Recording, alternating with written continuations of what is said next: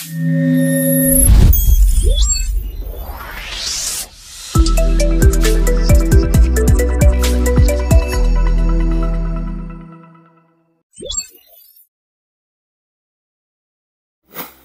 araw kabayan at lalo na sa mga kabataan. Minsan mo na bang maranasan mawala ng tubig o kaya naman maubusan ng supply ng pagkain?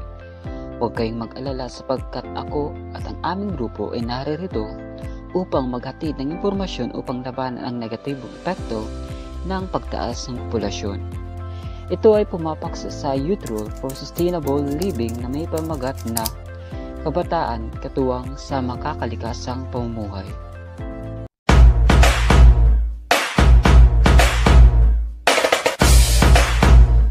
Ang sustainable living ay isang paraan ng pamumuhay na sinaasalang-alang ang kalikasan, paggamit ng resources ng tama, pagbawas ng basura at pagpili ng eco-friendly na mga produkto. Sa kasalukuyan, dahil sa patuloy na pagtaas ng populasyon sa ating bansa at iba pang salik gaya ng climate change, ay naapektuhan nito ang pagtamo ng isang sustainableng pamumuhay. Bilang kabataan, tayo ay may mahalagang papel sa pagsusulong ng isang mas malinis, makakalikasan at ligtas na hinaharap. Sa panahon ng climate change, patuloy na pagdami ng basura at pagkaubos ng likas na yaman. Kailangang tumilos at magkaisa ang bawat mamamayan at tayong mga kabataan ang siyang magsisilbing pundasyon para sa isang mabisang bayanihan. Paano makakatulong ang kabataan? Ano ang tungkulin natin sa pagtamo ng isang sustainable pamumuhay? Maging consumer na may kaalaman. Alamin ang mga dapat gawin na makakatulong sa kalikasan at iwasan ang bagay na makakaapekto rito.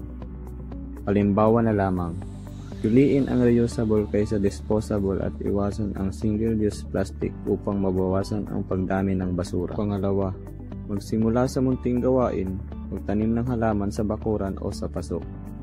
Mag-recycle at segregate ang mga basura. Pangatlo, maging aktibo sa komunidad, sumali sa environmental activities gaya ng clean-up drives at tree planting. Magbigay inspirasyon at mag-imbita ng kapwa-kabataan na makiisa sa magagandang adhikaing pangkalikasan. Gamitin ang social media ng may layunin. Gamitin ang social media sa pagbabahagi ng impormasyon at kaalaman tungkol sa sustainable lifestyle at hikayatin ang iba maging parte ng pagbabago. Maging disiplinado at responsableng mamamayan. Higit sa lahat, bilang mga kabataan, kailangan natin maging disiplinado at responsable.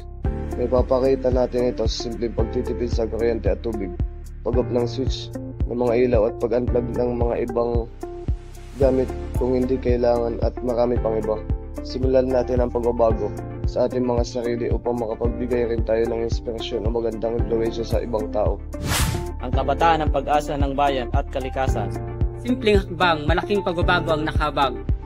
Tayo magkaisa at magbayanihan. Ngayon pa lang, pagbabago ay atin ang simulan para mas maayos at sustainable na pamumuhay sa ngayon at kinabukasan. Kabataan sa bayan ng Pilipino, tayo magkaisa at magbayanihan. Upang sustainable pamumuhay ating matamo.